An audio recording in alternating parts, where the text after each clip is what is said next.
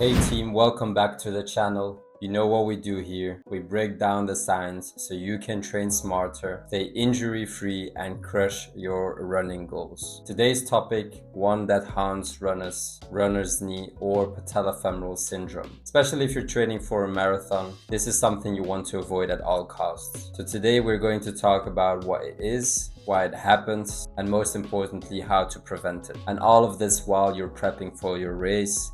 So let's get started. So runner's knee, what are we talking about exactly? It's pain either around or exactly behind the kneecap. Usually you will feel it more when you're squatting down, going down the stairs, or even running. And in severe cases when you're sitting for too long. It's super common in distance runners. Studies say that 42% of us will deal with it at some point, and that's nearly half of the runners. But here's the good news. If you understand what causes it, you can do a ton to prevent it. Let's talk root causes.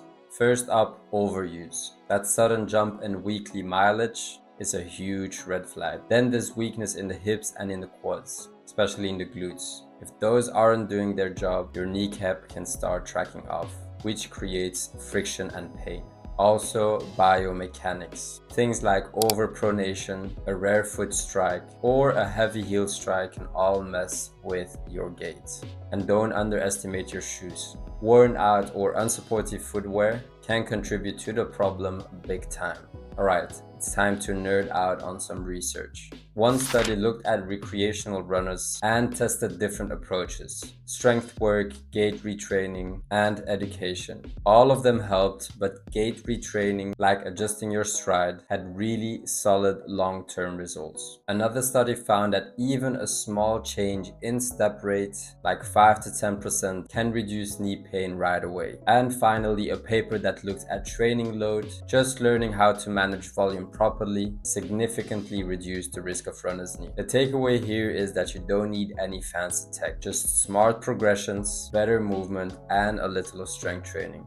Let's talk action steps. You know I'm all about practical strategies. So first of all, strength training. You want to hit the quads, glutes, and hip stabilizers. Think about bridges, lunges, step downs. 2 sessions a week during your marathon prep will go a long way. Secondly, gait tweaks. If you tend to overstrike or pound the pavement, try increasing your cadence slightly. Simple cue: run quietly or land softly. On number 3, training load management. Stick to that 10% rule. Don't increase your mileage by more than 10% every week. And don't skip your cutback weeks. They're just as important for recovery and injury prevention. And on number 4, your shoes. If they are over 600 kilometers old, it might be time to retire them. Make sure you've got enough support and a good fit for your gait. Now, how do we fit all of this into your training plan? Here's a quick breakdown. You have your base phase where we prioritize strength training twice a week and you start working on your gait cues gradually. Then we have your build phase. Here you have to stay strict with your training load. Track it. Keep your strength work in the mix at least once a week and reinforce gait changes. Then we have our taper.